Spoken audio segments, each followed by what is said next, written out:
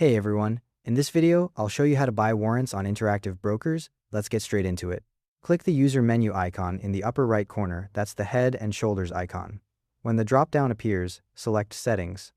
You'll see the settings page open with account settings on the left and user settings on the right.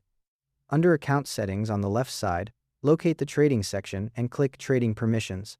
This brings up the Trading Permissions panel showing all your current permissions. Find warrants in the list and click Request next to it. If you already have permissions but need to modify them, you'll see an Edit button instead. Interactive Brokers will ask you to sign any required risk disclosures, and approval typically takes 1 to 2 business days based on your financial profile. Once your permissions are approved, click Trade in the main menu, then select Order Ticket. The Order Ticket screen opens with product tabs along the top: Stocks, Options, Futures, Future Options, Warrants, CFDs, Mutual Funds, Bonds, Commodities, and Forex. Click the Warrants tab. The Order Ticket panel displays on the left side of the screen. In the Order Ticket, use the search bar to enter the warrant ticker, symbol, or company name. Interactive Brokers typically expresses warrants by combining the stock ticker with W, so if the stock ticker is ABC, the warrant might be ABCW. Press Enter after typing your symbol.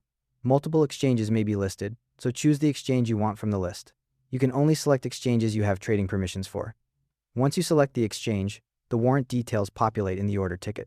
Now enter the quantity of warrants you want to buy and select your order type: market, limit, stop, or whichever suits your strategy. If you set a limit price, the trade executes at that price.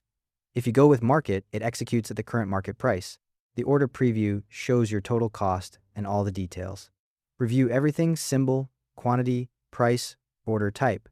When you're ready, click the Submit button in the order ticket. Your order appears in the Orders tab immediately.